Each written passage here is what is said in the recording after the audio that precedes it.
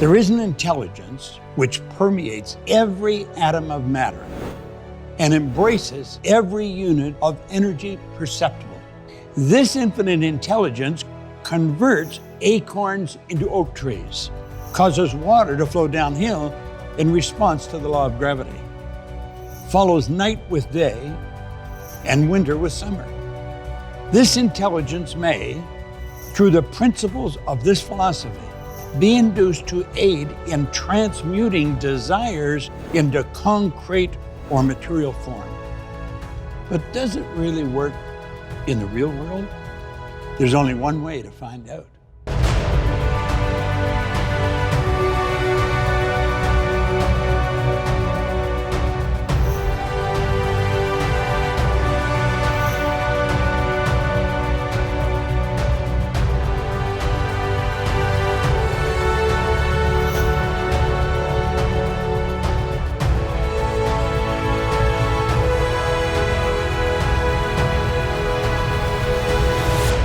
Hello there and welcome. Do you know, you and I are supposed to be here. We're in the right place at the right time. There are no accidents in this whole universe. Everything operates in an orderly way. You've been wandering around, I would imagine, with a desire inside that you really want to improve any or maybe all areas of your life. What you're going to hear will enable you to change that. And this is all about you. It's not about me, it's about you. I'm going to share information with you that really originated way back in 1908 from the wealthiest man in the world, Andrew Carnegie. He commissioned a young reporter to go out and find the laws that govern success. There were successful people, himself, Henry Ford, Thomas Edison, some of the giants that we look at in history as names that they'll live forever. And he said it was a shame that these people were going to go to their grave with all this knowledge locked up in their bones. And he said, I think it should be recorded. And that young man, Napoleon Hill, he took Carnegie's challenge and he went and worked at that until 1928, when he wrote The Laws of Achievement. And then in 1937, from it came the book, one of the greatest selling books of all time, Think and Grow Rich. And in that book, he pointed out, after all these years of research, that he found there were 30 major causes of failure. But there were only 13 ideas that contributed to a person accumulating a fortune or enjoying real success. One of the things I found interesting is at the end of the 30 major causes of failure, he put 31. He said, if I've missed any, you can fill this in. And I would imagine that someone has filled that in. So I want you to really pay close attention. This is not an ordinary film that you're watching. These are not ordinary ideas. These ideas are coming from 57 years of focused study by myself and tens and tens of years by Napoleon Hill. But it's really the composite of some of the greatest minds that ever lived. Because he did research with these people for so long, kept picking their brains. In fact, he became very close friends with them. And what caused them to do many of the things they were doing, the ideas that got the Wright brothers off the ground, that enabled Henry Ford to build the car he built. These ideas, they're the ideas that you can have and you can use. Now, I know they work because I've used them. I've used them almost all of my adult life. In the preamble of the book, Think and Grow Rich, Napoleon Hill says there's a secret in this book. And he said, if you can find the secret in the book, you can have anything you seriously want. Naturally, I'm wondering, what's the secret when I first started to read the book? Do you know, almost every seminar that I've ever spoken in, or any convention I ever spoke, I talk about that, and people say, what's the secret? I said, you know, if I told you what the secret was, you're not going to look for it. And if you don't look for it, you're not going to find what you really need to get to where you want to go. I have never told anyone what my perception of that secret is. But he pointed out that everyone who found it and used it has earned millions of dollars. They have built very large organizations, and he names them one after another. Very impressive names. Every one of them found the secret. You're going to find the secret. in these 13 principles. Believe me. One day I took a pen and I sat down and I said, I'm going to build a company that operates all over the world. I had absolutely no idea how I was going to do it. But you know what I've found? You don't have to know how you're going to do it. You just have to know you're going to do it. So if you've got a desire to build something, to do something that's extraordinary for you, I can promise you one thing. If you will focus on what I'm suggesting, I'm going to show you how to do it. You see, the beautiful truth is you've already got everything you need inside. You don't have to get it. You don't have to follow the pattern that our formal educational institutions teach us. You don't have to read all the books. That's not necessary. I think Madame Montessori put it very well. She said we tend to send a child to school as if they're an empty cup and we expect them to fill the cup. The truth is the cup's already full. School is to help draw out what's already there. You see, you and I are God's highest form of creation. There's nothing on the planet that will even come close to us. Strange thing, you and I are the only creature on the planet that is totally disoriented in our environment. All those other little creatures, they're completely at home in their environment. They blend in. We don't. We're totally disoriented. And that is because we have the ability, you and I do, of creating our own environment. Now think of what that means.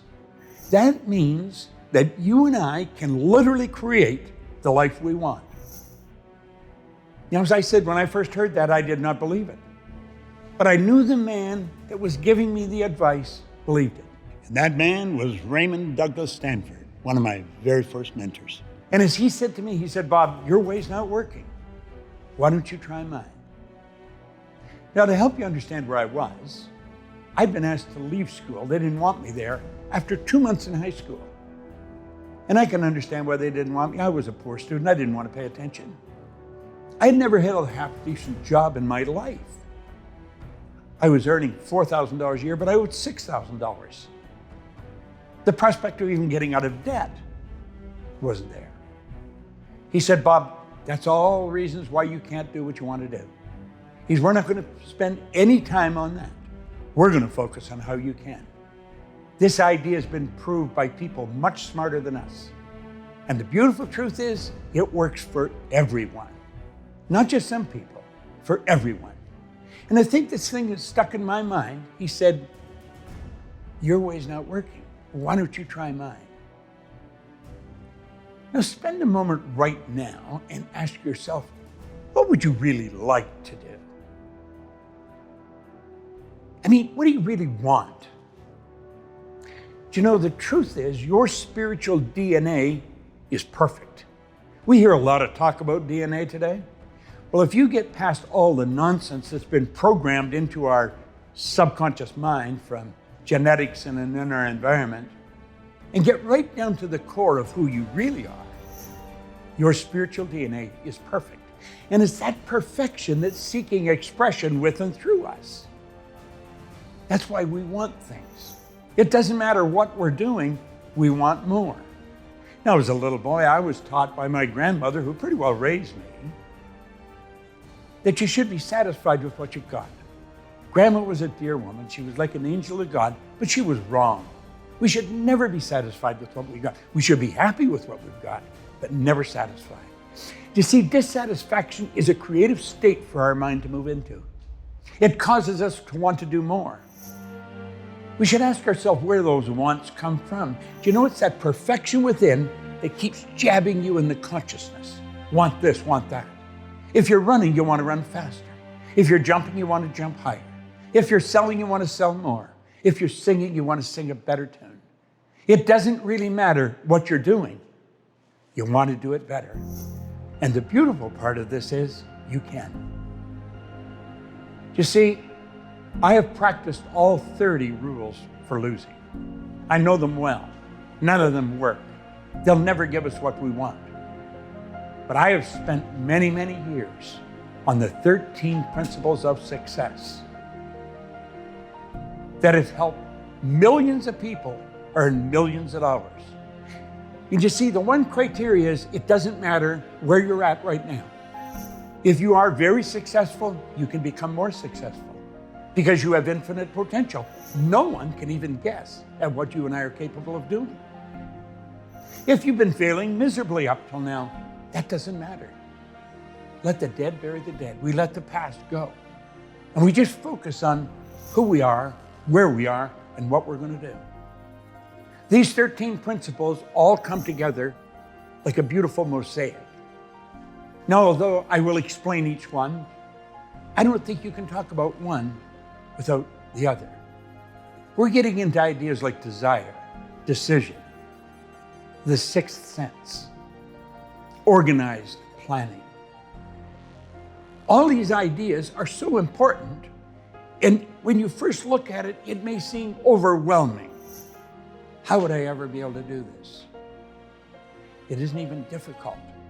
We're going to give you a path, and you get on that path, you're going to have an absolutely phenomenal future. The future will be beautiful. Oh, you'll have some problems. We all do. I still have, and I've been working at this for all my adult life. But you know something? Our perception of the problem is different because we see the opportunity in it. If we didn't have any problems, we would be living a pretty dull life. We wouldn't be living at all, we'd be existing. So as we go along here, really focus. Don't treat this as some self-help program. It goes so much deeper than that. It's so much more important.